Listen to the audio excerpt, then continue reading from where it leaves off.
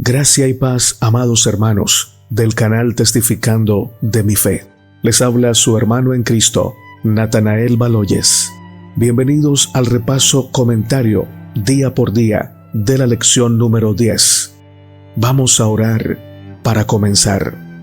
Padre que estás en el cielo, santificado sea tu nombre. Gracias, Señor, por darnos la oportunidad de conocerte más a través de este comentario. Que al estudiar tu santa palabra, nos dirija tu Santo Espíritu a toda la verdad y que podamos estar felices de poner en práctica lo que nos muestres con claridad. Gracias por purificar nuestra vida con la sangre de nuestro amado Señor Jesucristo. En su nombre oramos. Amén. Lección número 10. El camino, la verdad y la vida. Texto para memorizar.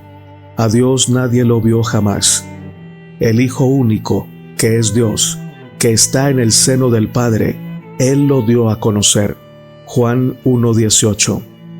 ¿Cuál es el camino para llegar a Dios? Jesús es el camino. Pero esto no debe entenderse de manera literal como si Jesús fuera un sendero físico. Más bien se refiere a una realidad espiritual profundamente transformadora.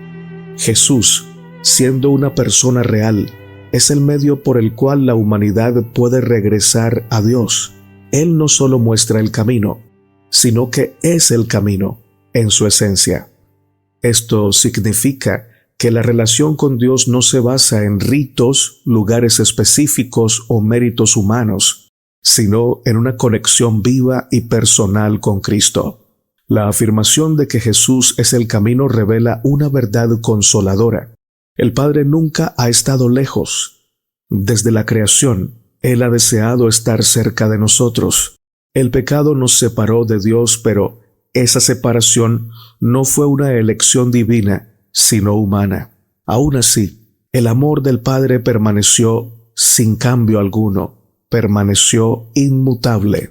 Jesús vino para restaurar lo que se había perdido o para restaurar lo que estaba roto, mostrando que Dios no solo nos espera, sino que activamente nos busca con un amor inquebrantable y eterno. Lucas 19:10. A través de la vida de Jesús, vemos una revelación perfecta del corazón del Padre. Jesús dijo: "El que me ha visto a mí, ha visto al Padre". Juan 14:9. Esto significa que al observar a Jesús, su compasión, su perdón, su obediencia, su disposición a sacrificarse, descubrimos el carácter de Dios. Para los pecadores alejados, indiferentes o incluso hostiles al amor divino, mirar a Jesús es experimentar una atracción casi irresistible hacia el Padre. Su gracia nos alcanza, incluso en nuestro estado más perdido, despertando en nosotros el deseo de reconciliarnos con Dios. Jesús nuestro Señor no solo nos conduce al Padre, sino que nos invita a vivir en su presencia, a habitar en su amor como un hijo que vuelve al hogar paterno. Lucas 15:20-24. Es en este sentido, hermanos y hermanas, que seguir a Cristo no es simplemente caminar hacia Dios, sino ser transformados para vivir en comunión con Él. A través de la fe, el arrepentimiento y la confianza en Jesús, encontramos el camino que nos introduce a una relación renovada y plena con el Padre. Este camino no solo nos dirige hacia Dios, sino que redefine nuestra vida diaria. Nos invita a experimentar el amor del Padre como una realidad tangible, a dejar atrás el peso del pecado y a caminar en la libertad y la paz que solo el Señor nos puede dar. Así, mirando a Jesús, encontramos no solo el camino, sino también la verdad y la vida que nos conducen al seno del Padre por toda la eternidad. Dice el Espíritu de profecía: mira a Jesús, la majestad del cielo. ¿Qué contemplas en la historia de su vida? Su divinidad revestida con la humanidad, toda una vida de continua humildad, la realización de un acto de condescendencia tras otro, una trayectoria de continuo descenso de las cortes celestiales a un mundo todo marchitado y malogrado con la maldición, un mundo indigno de su presencia, en el que descendió más y más, tomando la forma de un siervo, para ser despreciado y desechado de los hombres, obligado a huir de lugar en lugar para salvar su vida y al fin traicionado, rechazado, crucificado. No pierdas tiempo, no pase otro día a la eternidad antes de que vayas a Él tal como eres, cualquiera sea tu debilidad, tu indignidad. No tardes en venir a Él ahora. Matutina a fin de conocerle, página 56. Comentario de la lección del día domingo. Les he dado ejemplo.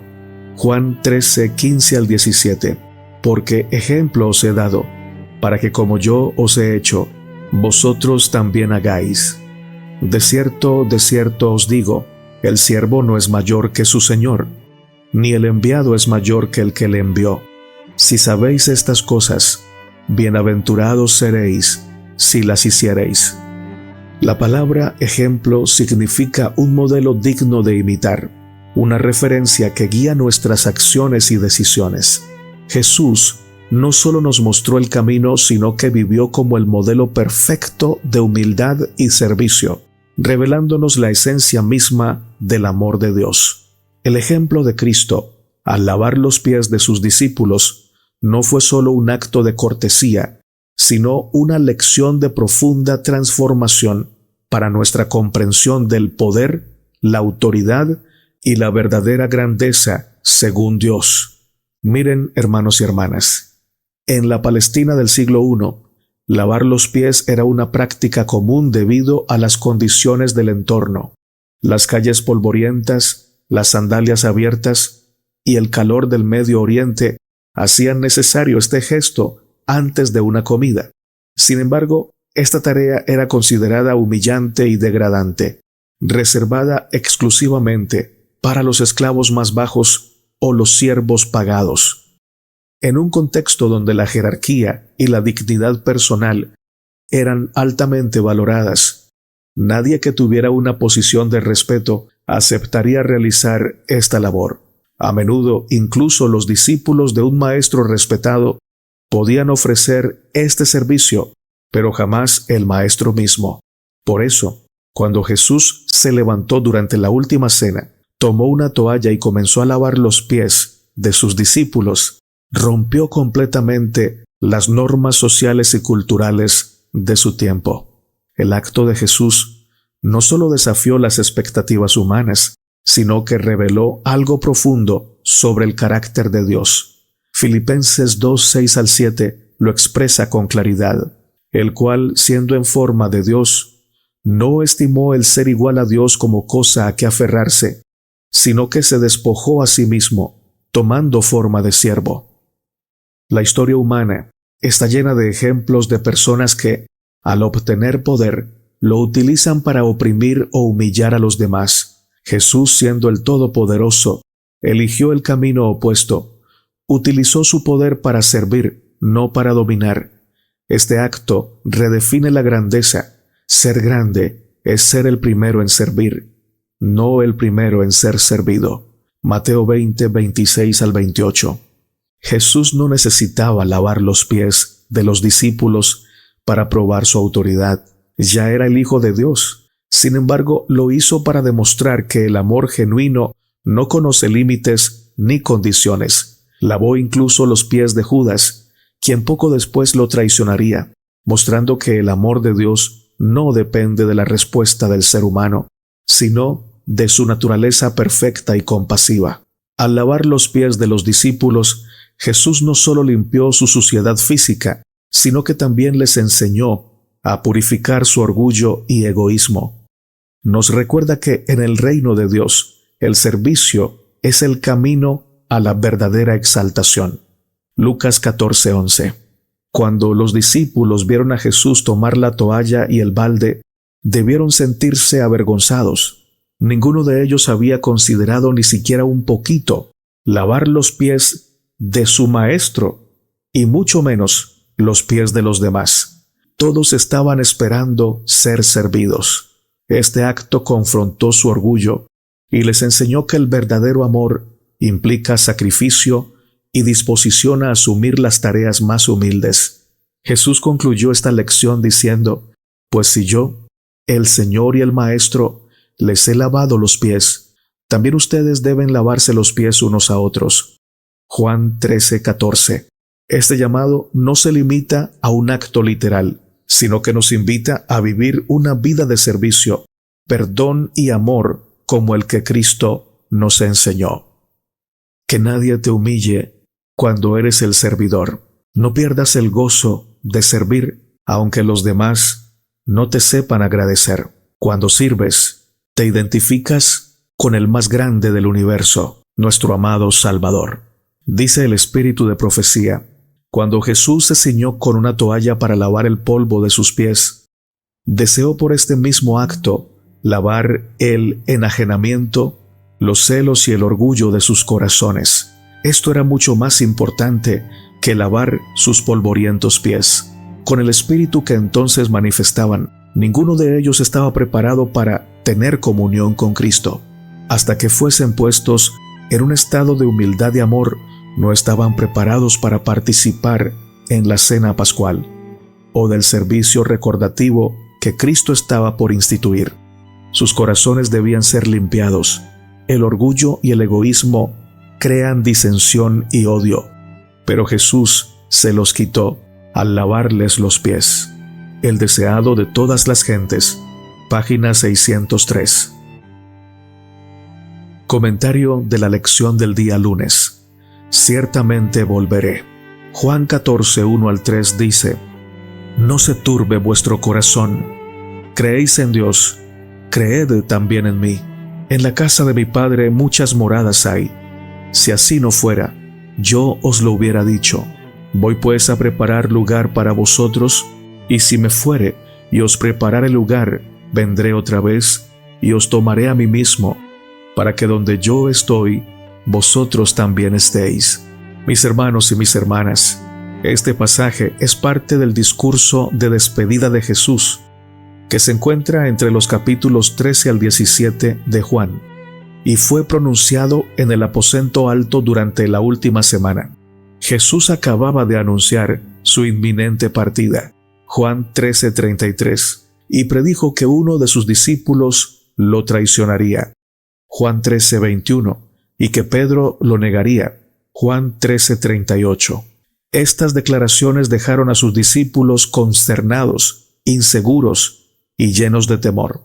En este contexto de incertidumbre, Jesús consuela a sus seguidores con palabras de esperanza, alentándolos a confiar en Él del mismo modo en que confiaban en Dios. En medio de la tormenta emocional, Jesús les asegura que su partida no significa abandono, sino una preparación para un propósito mayor.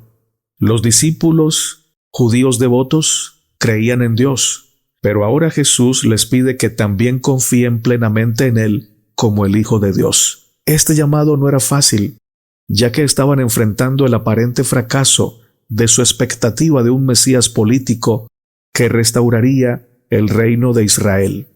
La partida de Jesús parecía un desastre para los discípulos. Sin embargo, Él les revelaba que su ausencia tenía un propósito: preparar un lugar para ellos en la casa de su Padre.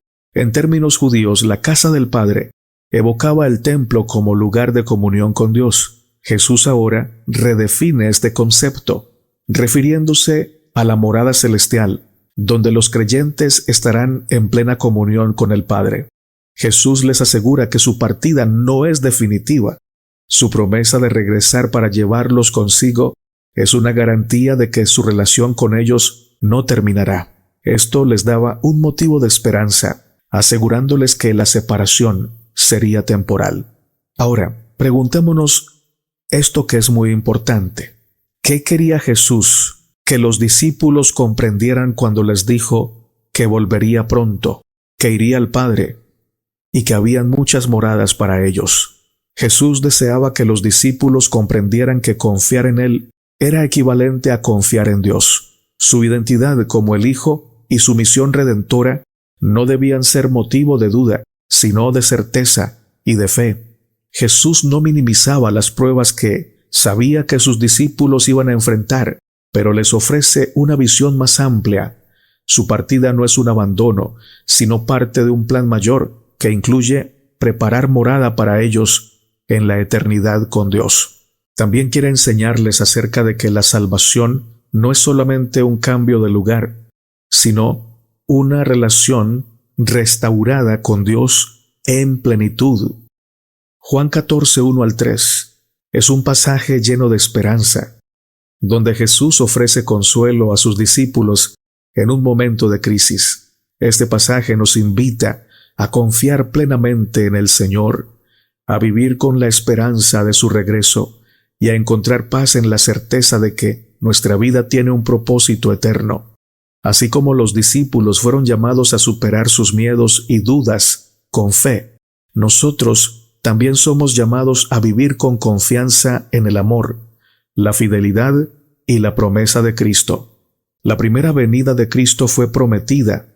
Desde el principio se le hizo a Adán y a Eva. Pasaron largos 4000 años, pero finalmente se cumplió la promesa. Han pasado 2000 años desde que Cristo dijo que vendría por segunda vez. Así como cumplió en la primera promesa, cumplirá en la segunda promesa. No pierdas tu esperanza. Este mundo no es eterno. El pecado no es eterno. El dolor terminará. La muerte ha sido derrotada. Ha sido vencida. Tu pecado y mi pecado también. Cristo vendrá por su pueblo. Mantengamos firmes la confianza en su regreso y vivamos como quienes están seguros de que la palabra de Cristo siempre se cumple. Dice el Espíritu de profecía: Pedro guardaba viva en su corazón la esperanza del regreso de Cristo y aseguró a la iglesia del infalible cumplimiento de la promesa del Salvador. Y si me fuere y os aparejare lugar, vendré otra vez y os tomaré a mí mismo. Para los atribulados y fieles, la venida de Cristo iba a parecer muy demorada, pero el apóstol les aseguró: el Señor no tarda su promesa, como algunos la tienen por tardanza, sino que es paciente para con nosotros, no queriendo que ninguno perezca, sino que todos procedan al arrepentimiento. Los Hechos de los Apóstoles, página 427. Comentario de la lección del día martes. Yo soy el camino, la verdad y la vida. El uso de la palabra yo soy conecta esta declaración con las afirmaciones divinas del Antiguo Testamento, especialmente con Éxodo 3:14, donde Dios se revela como yo soy el que soy. Jesús se presenta como el único acceso al Padre, no solo como un guía que muestra el camino, sino como el camino mismo. Teológicamente, esto significa: Jesús es el único mediador entre Dios y los hombres. Primera de Timoteo 2:5. No hay otro medio para la reconciliación con Dios fuera de Cristo. Jesús redefine el acceso a Dios. En el judaísmo, el acceso a Dios estaba mediado por el templo, los sacrificios y la ley. Pero nuestro Señor Jesucristo elimina estas barreras al convertirse en el único puente entre el cielo y la tierra. Hebreos 10, 19-20. Para los discípulos esta afirmación les aseguraba que no estaban perdidos. Aunque no comprendían completamente lo que Jesús decía, Él les garantizaba que, al confiar en Él, estaban en el camino correcto hacia una relación eterna con Dios. El concepto de verdad, especialmente en el Evangelio de Juan, no es simplemente una idea o un hecho, sino una persona, Jesús. Él es la encarnación de la verdad divina, la revelación perfecta del carácter y los propósitos de Dios. Jesús explica que nadie puede ver ni comprender al Padre sin Él. El verbo griego exegomai de Juan 1:18 implica que Jesús interpreta y da a conocer al Padre de una manera que ningún otro puede. lo que quiere decir que en Jesús encontramos una verdad que no cambia, un fundamento seguro sobre el cual construir la vida. Si queremos saber toda la verdad que el Padre nos ha revelado sobre Él, necesitamos escuchar al Cristo de la Biblia, no al Cristo de la filosofía humana, no al Cristo inventado por el espiritualismo terrenal, sino a Cristo el de la Biblia. Saber que Jesús es la verdad nos invita a confiar en su palabra y en sus promesas, especialmente en este mundo donde la verdad es relativizada por los hombres. ¿Qué significa relativizada? Que nos dicen, puedes creer esto o puedes creer aquello, y todo está correcto, aunque se salga de los parámetros bíblicos. Y eso no es cierto, es casi el eco de lo que le dijo la serpiente a la mujer al principio. Cristo nos llama a no seguir escuchando lo que dice la serpiente, a no escuchar lo que dicen los hombres por más bonito que suene, sino a ser guiados por el Espíritu Santo. Él siempre nos guía a toda la verdad y exalta lo que dijo Cristo. Como seguidores del Señor, somos llamados a vivir con integridad y a reflejar su verdad en nuestras acciones. Jesús declara ser la vida misma, no solo como el autor de la creación, sino también como la fuente de la vida espiritual y eterna, como lo vimos en la semana anterior. Juan 11, 25 al 26. ¿Qué implica esto? Implica que la vida plena solo se encuentra en el Señor Jesús. Las personas buscamos sentido a veces en las riquezas, en los logros o en las relaciones, pero Jesús es el único que ofrece una vida abundante y con propósito. Juan 10:10. La vida eterna es accesible hoy, no solo es una promesa futura, sino una experiencia presente de comunión con Dios. Para los discípulos esta afirmación era un recordatorio de que su esperanza no estaba en las circunstancias inmediatas, sino en la relación con Jesús, quien les daba vida en medio de sus temores y sus dudas. ¿Estás pasando por un momento complicado, por una situación adversa y difícil? Abrázate de Jesús y recuerda que el Señor siempre ha estado a tu lado, abrazándote con su palabra, con sus promesas, con su sabiduría, con su fortaleza, y nunca te va a dejar solo. En este mundo lleno de tristeza, de dolor, de desesperación, estas palabras de Jesús nos consuelan. Él nos asegura que, aunque no comprendamos todo lo que enfrentamos, si seguimos confiando en Él, estamos en el camino correcto hacia Dios. En una era de perversidad, donde todo parece relativo, Jesús nos ofrece una verdad absoluta: su amor, su salvación, su santa ley, su fidelidad. Aferrarnos a esta verdad nos da estabilidad y esperanza en tiempos de confusión.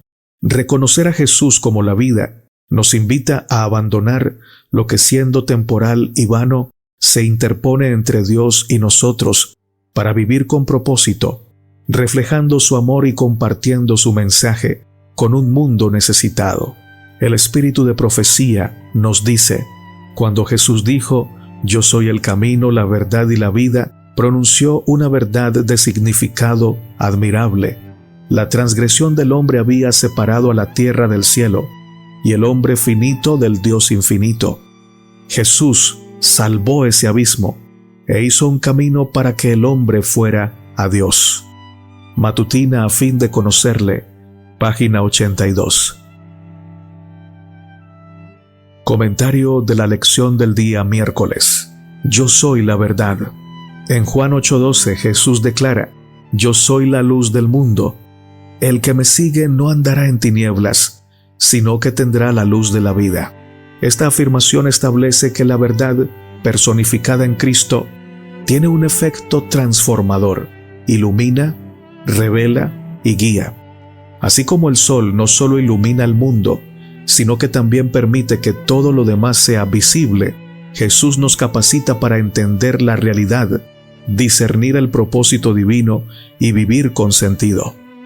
El que tiene a Jesús encuentra el significado de todo lo que hace, se da cuenta que valorar a sus hijos, amarlos, protegerlos y enseñarles la verdad vale la pena, y por eso encuentra tiempo en su apretada agenda para educarlos a los pies de Jesús. También se da cuenta que amar a su cónyuge vale mucho la pena, y encuentra tiempo siempre, todos los días, para decirle cuánto lo ama o cuánto la ama, para expresarle ese amor no solo con palabras, sino con actos de servicio. Se da cuenta también de lo importante de ser un buen hijo, y entonces valora a su papá y a su mamá, está atento de sus necesidades y les manifiesta su amor con hechos y con palabras. Tener a Jesús despierta la conciencia. Conocer a Jesús nos permite vivir el propósito divino en esta tierra. C.S. Lewis, un gran pensador y escritor cristiano, al comparar el cristianismo con el sol, nos recuerda que la fe no solo nos permite conocer a Dios, sino que también nos ayuda a interpretar correctamente el mundo, las relaciones y nuestras luchas personales. Esta luz de la verdad no se limita a la revelación de quién es Dios, también nos revela quiénes somos y cuál es el propósito de nuestra vida. Significado teológico de la verdad en Cristo, verdad como persona. En Juan 14:6 Jesús afirma: «Yo soy el camino, la verdad y la vida». Aquí la verdad no es un concepto abstracto, ni un conjunto de reglas, es una persona. Jesús en su encarnación, vida, muerte y resurrección nos muestra la verdad de cómo es Dios. Juan 1:18. Su carácter, sus palabras y sus acciones son la máxima expresión de la verdad divina.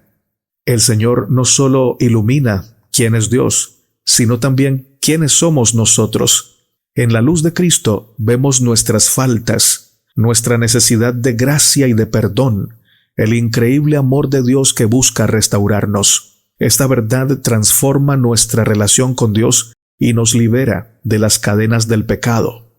Una persona borracha que constantemente vive embriagada, hablando espiritualmente o hablando literalmente, solo puede ver la verdad de su embriaguez para rechazar esa embriaguez y verla con desprecio cuando ve la luz de Cristo. Cuando la verdad de Cristo ha llenado su corazón, por fin puede ver el pecado como es el pecado, despreciable y abominable.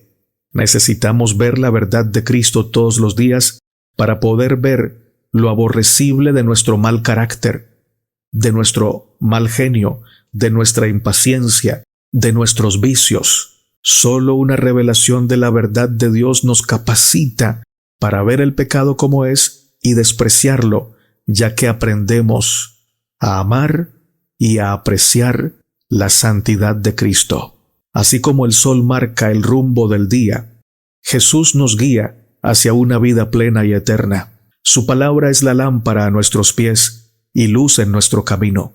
En este mundo, hermanos, en el que vivimos, lleno de confusión, de mentiras, de cuentos, de relativismo, Jesús es nuestro faro que nos dirige hacia la santidad y hacia la comunión con Dios. Jesús, la verdad, no solo nos ilumina, sino que también nos invita a iluminar a otros. Él dijo: «Así alumbre vuestra luz delante de los hombres, para que vean vuestras buenas obras y glorifiquen a vuestro Padre que está en los cielos». Mateo 5:16. Servir a los demás con amor y humildad refleja el carácter de Cristo y es una manera de vivir la verdad. Ayudar al necesitado, cuidar de los marginados y extender misericordia son formas tangibles de demostrar que vivimos en la luz de Cristo. Y no tenemos que ir tan lejos para encontrar personas necesitadas de amor en nuestra comunidad, alguno de nuestros vecinos que vive solo o que está enfermo. Incluso en nuestra congregación, algún anciano que ya no tiene sus hijos cerca, o que los tiene cerca pero necesita una palabra de aliento, una ayuda material, una oración, o que vayamos y cantemos con él. Esto es manifestar la luz de la verdad de manera práctica, profunda y poderosa. A veces nuestro amor es egoísta o condicionado, pero Jesús nos llama a vivir un amor que es verdadero, que proviene de Dios. Primera de Juan 4, 7 al 8. Este amor no se limita a las palabras, se expresa en acciones concretas hacia amigos, enemigos e incluso a desconocidos. Claro está, con la prudencia y el cuidado que siempre debemos tener. Preguntémonos, ¿estoy amando como Cristo ama?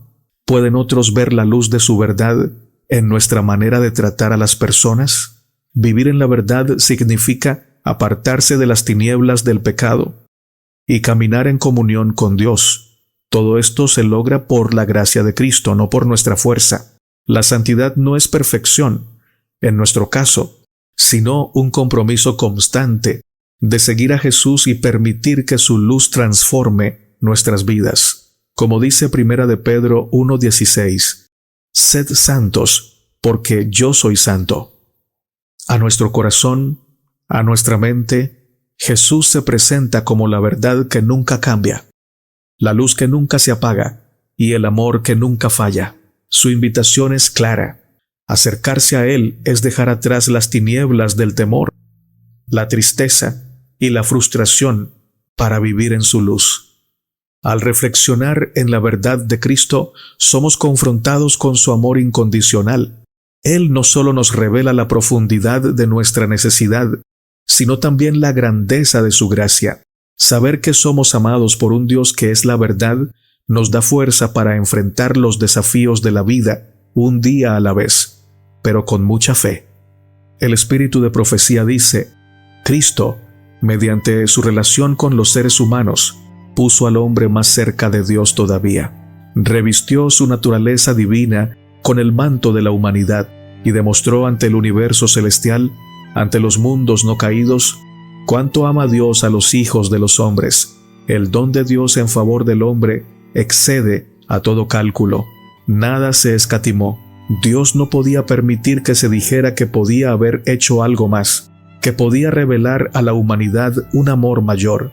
En el don de Cristo dio todo el cielo.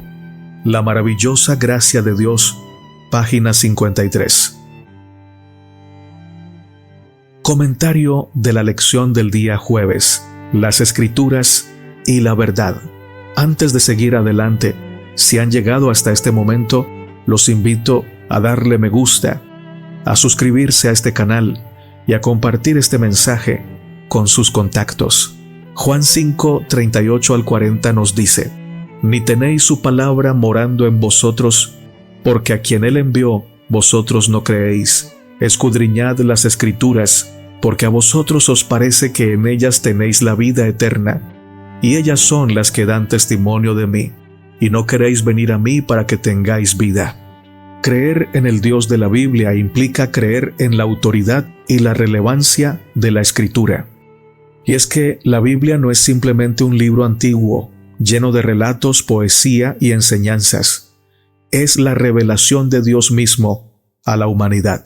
Jesús afirmó esto al decir, ¿no han leído lo que dice Dios? Mateo 22:31. Subrayando que las Escrituras interpretadas con la guía del Santo Espíritu son la misma voz de Dios hablando a su pueblo. El propósito central de la Biblia es testificar de Dios y revelar su carácter, su plan de salvación y su voluntad para la humanidad. En Juan 5:39 Jesús declara, escudriñad las Escrituras, ellas son las que dan testimonio de mí. Este pasaje muestra que todo el mensaje bíblico desde Génesis hasta Apocalipsis apunta a Cristo como la culminación del plan redentor de Dios. La fe en el Dios de la Biblia requiere una base sólida, y esa base es la Escritura misma. Sin ella, nuestra comprensión de Dios sería limitada y subjetiva. Como dice Zacarías en Lucas 1:70, las promesas de Dios están confirmadas por los profetas a través de las Escrituras. Rechazar la Biblia, toda o parte de ella, mientras se proclama que creemos en Dios, es incoherente, pues es en la Escritura donde el Señor ha elegido darse a conocer. Pedro en su sermón en Pentecostés afirma que las Escrituras fueron inspiradas por el Espíritu Santo. Hechos 1:16. Esto significa que la Biblia no es solo un registro humano, sino una obra divina. Al leerla, encontramos no solo palabras humanas, sino la guía viva del Espíritu que nos lleva a la verdad. Segunda de Timoteo 3:16-17.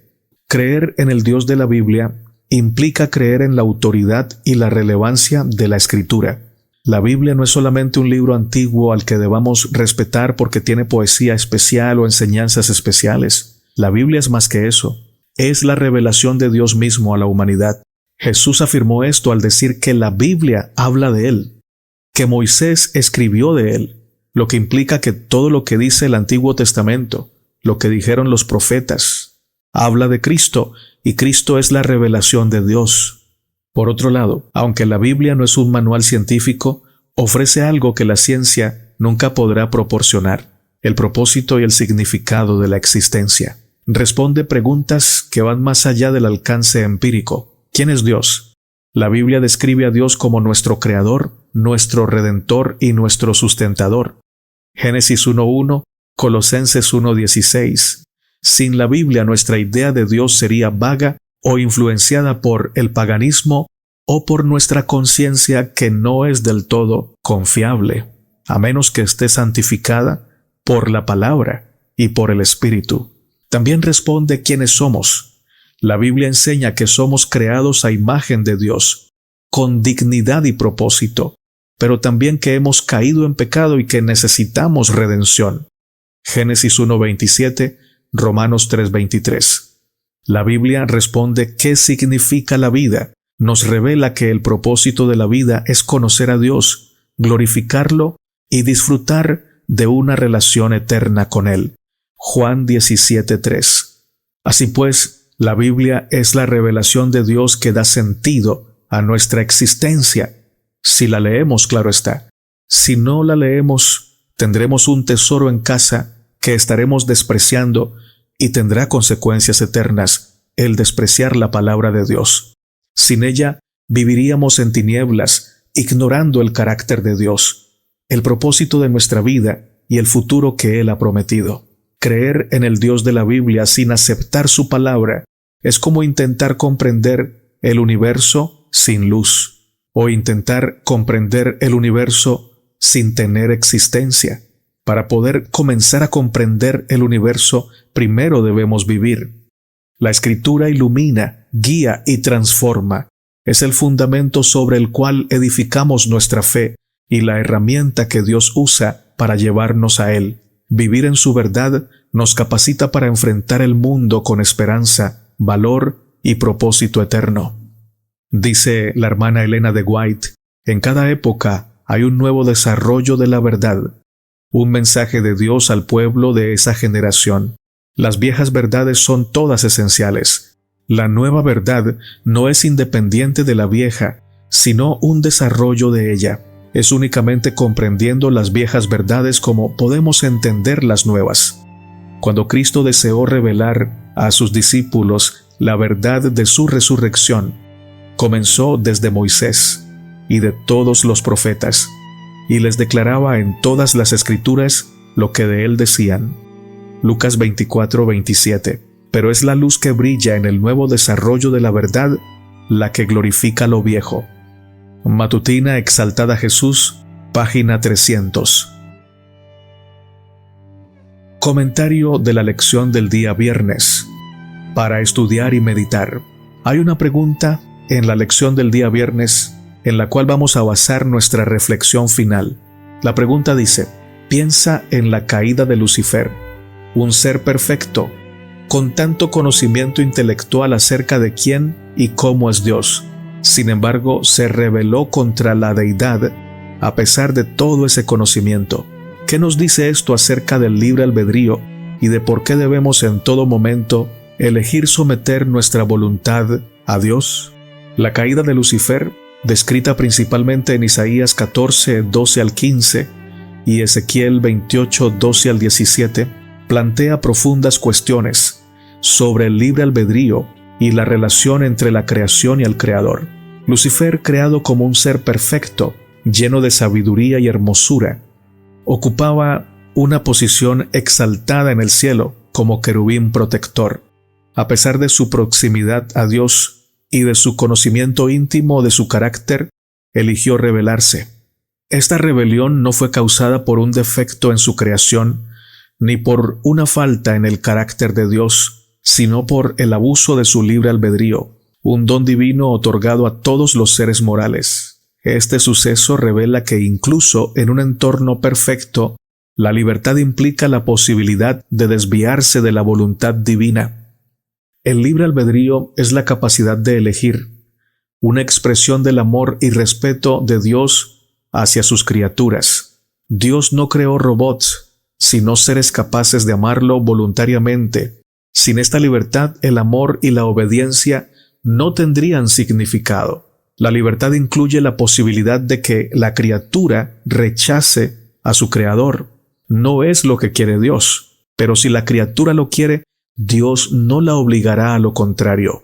Lucifer decidió no someterse a Dios, sino buscar exaltarse a sí mismo. Él pensó: subiré al cielo. En lo alto, junto a las estrellas de Dios, levantaré mi trono.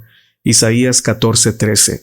Este deseo de autonomía y autoexaltación fue el germen del pecado, el cual llevó a su caída. La caída de este ser muestra que el conocimiento intelectual no es suficiente para preservar la fidelidad. Él conocía el carácter de Dios, pero permitió que su orgullo y ambición nublaran su juicio.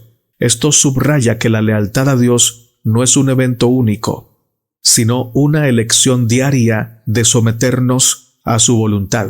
La caída de Lucifer nos enseña que el libre albedrío es un don precioso, pero con implicaciones eternas. Nos recuerda que debemos elegir someter nuestra voluntad a Dios no por obligación, sino por amor y confianza en su carácter.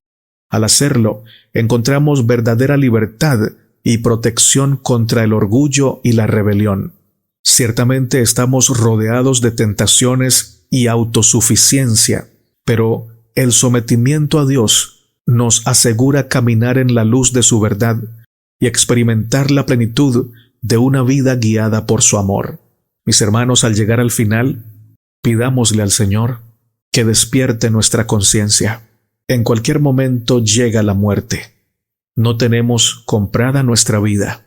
Y si la muerte llega, y la suma de todas nuestras decisiones estuvo en contra de la voluntad de Dios, muy a pesar de que nos congregáramos en la iglesia, sería una pena que nuestra alma se perdiera eternamente, porque Dios no puede llevar al cielo a una persona que en esta tierra no decidió por Cristo, no decidió transitar el sendero que Cristo le marcaba. ¿Y por qué no lo puede hacer? Porque no va a obligarnos, porque no impone su voluntad y porque no arriesgará la eternidad con una persona que pueda hacer lo que hizo Lucifer. La prueba ya fue superada, el pecado ya fue vencido, y quien en esta vida no decida vivir para Cristo, no estará del lado del Señor, sino del lado del enemigo, y su suerte será echada con él también, en el lago de fuego, donde el pecado y los pecadores dejarán de ser para siempre. Oremos. Padre nuestro que estás en el cielo, con solemnidad nos acercamos a tu presencia, reconociendo nuestro pecado, nuestro egoísmo, nuestra frialdad o tibieza, pero no solo queremos reconocerlo, queremos a la luz de Cristo rechazar todo esto que nos aleja de tu voluntad, que nos aleja de ti. Te queremos pedir perdón por todas las veces que hemos despreciado la Biblia, sea directa o indirectamente, por no leerla como debemos leerla, por tenerla casi abandonada. Perdónanos, Señor, y despierta en nosotros ese fuego, ese avivamiento de la verdadera piedad que se basa en ser guiados por tu Espíritu nuevamente a la Biblia para estudiarla y extraer de ella las verdades profundas que nos acercan a Cristo y nos ayudan a reflejar su carácter. No queremos perder nuestra vida eterna, no queremos pasar la eternidad en la inconsciencia y lejos de ti. Por eso, Señor, ayúdanos a reconocer nuestra necesidad de ti, a apartarnos del pecado y a vivir para tu gloria. También queremos estar en el cielo con toda nuestra familia, con nuestros hijos, con nuestras hijas.